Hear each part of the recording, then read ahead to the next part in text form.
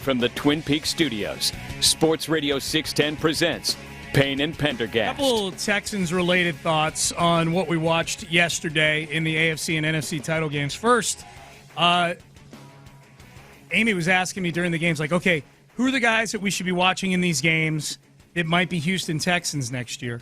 And one of the names I suggested in the Ravens-Chiefs game was Ravens linebacker Patrick Queen. I think that'd be an interesting signing. Probably going to be pretty pricey, I would imagine. He'll be one of the pricier linebackers on the market. You know who it would appear would love to have Patrick Queen on this football team, Seth, based on reposting posts on X, formerly known as Twitter? Derrick Stingley Jr. Derrick Stingley Jr. reposted a post from NFL Rumors, pending free agent Baltimore Ravens Patrick Queen stats this season, including the playoffs. And he's got all his tackle. He's got a bunch of tackles, 9 TFLs, 6 QB hits, 6 passes defended, so on and so forth. So Derrick Stingley Jr., I believe teammates at LSU back in the day. Patrick Queen was drafted in 2020. So they would have been teammates in 2019. Derrick Stingley's incredible freshman year. Derrick Stingley and Patrick Queen either teammates once, and I'm guessing might still know each other because Patrick Queen's from Louisiana, so he's probably around campus in the off seasons and whatnot. Sure. So I'd be for that. That would be really cool. Christian Harris and Patrick Queen. Manning those two main off-ball linebacker spots could be pretty damn sweet. It would be sweet. I would say of the Ravens, though, that I would want to get, and I would guess that maybe D'Amico wants, even though he's a former linebacker, he likes to talk about the D-line. Matabike, that would be pretty dope. Matabike, the only thing about Matabike is that, man, awesome all-pro caliber defensive linemen rarely hit free agency. And especially the Ravens have constraints, and they're ones. I mean, they showed even with Lamar, they didn't give him the true franchise tag. They gave him the one where he could go out and find a deal. The transition tag there, yeah. So that's the big one. Matabike might end up being kind of like what Mario Williams was to the Texans when the Texans had just too many free agents on a good team that they couldn't justify giving Mario Williams what ended up being, well, they couldn't franchise tag him and sign everybody else. It was just way too uncomfortable. If it gets down to the wire with Matabike, the Ravens might have to say, well, look, we can't franchise tag Matabike as well as keep these other 10 really good free agents that we have, or at least keep a big portion of them. So we're going to have to let him go. That's the big question mark there. I guess the one thing I wonder with Matabike is Matabike is awesome. And look, I say this without insulting the defensive tackles for the Texans, but Matabike is just simply one of the very best interior defensive linemen in the league. I do think the two starters you have right now, one of whom is a free agent, Collins is the only one to be around. But like, if you were to say you're both to keep both of them, like that might be more cost effective. I feel like you're getting pretty good play out of those guys, and then maybe you draft an interior defensive lineman, or get somebody that's a little bit more cost effective. I don't know if that's where I'd want to spend like big money in free agency. Yeah, they've got the money to make at least one big swing like that. So we'll see where it is. If I had to guess, it's going to be on the defensive side of the ball. And if I had to guess even more granularly, I would say it's going to be on the defensive line. Yeah. Because that's what D'Amico said last week, and because there's a lot of good defensive linemen out there. And that's where I just wonder, because I like Sheldon Rankins, and Sheldon Rankins is a free agent. And I don't know what kind of contract he'll command. He could only get a one-year deal from the Texans here last year.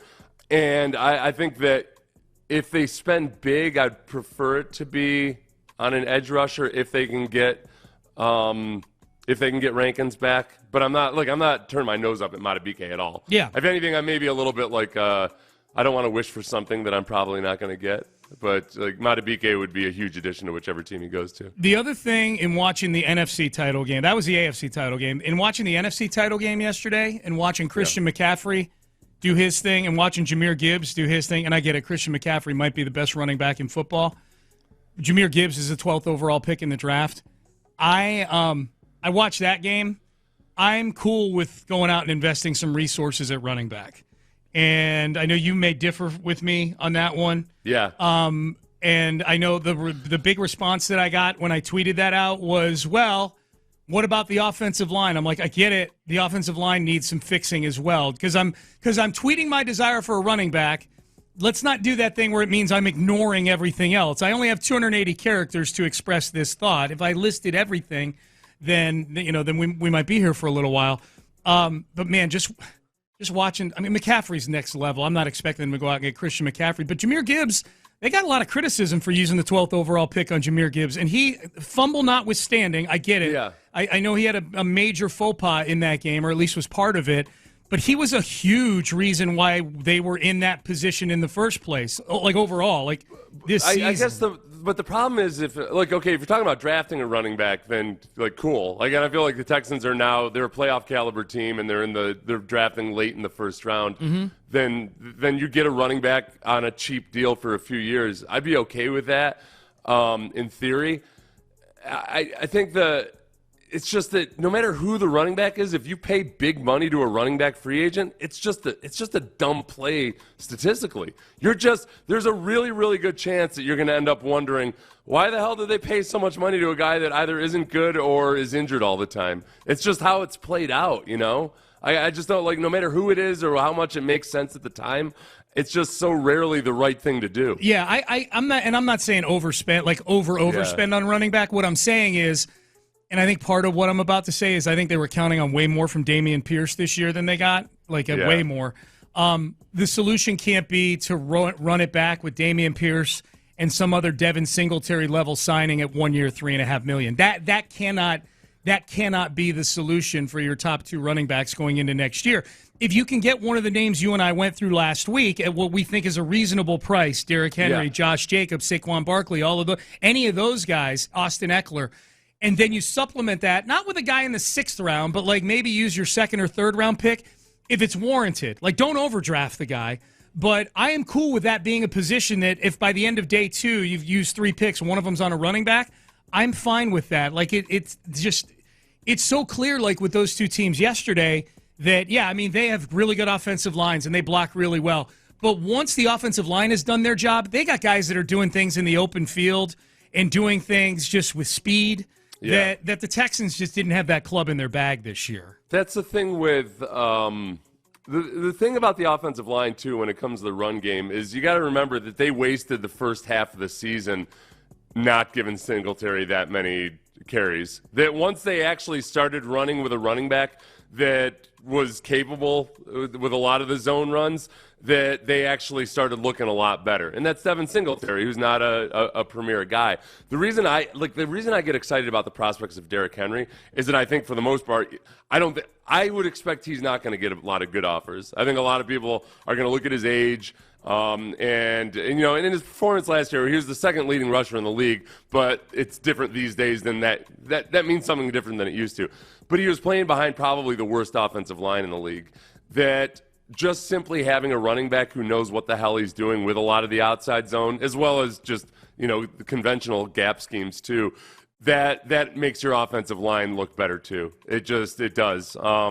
So that's where, like, I look at Derrick Henry almost like maybe like a Frank Gore type. I don't know, like he might play 10 more years, and I don't know if he'll be premier or anything like that. But I think he's still got a lot of functional life left in him, and he might be that rare outlier where you don't have to worry as much about his frailty like you do with every other running back in the league, including and especially Saquon Barkley. Yeah. I would say if I signed Derrick Henry, I would say I'm signing you to carry the ball 175 times. Something like that. Carry the ball, touch the ball 8 to 10 times a game, right? Something like that for Henry. I don't know. I think it would be a game-by-game thing. I think there might be some times where he's like over the course of the season. I guess I'm more looking like he's carried it twice that a lot of seasons. I guess I'm just saying you're going to be part of a committee here, where you may end up being the main guy if there's certain games where we got to put teams away and we're going to lean on you to do that. Yeah,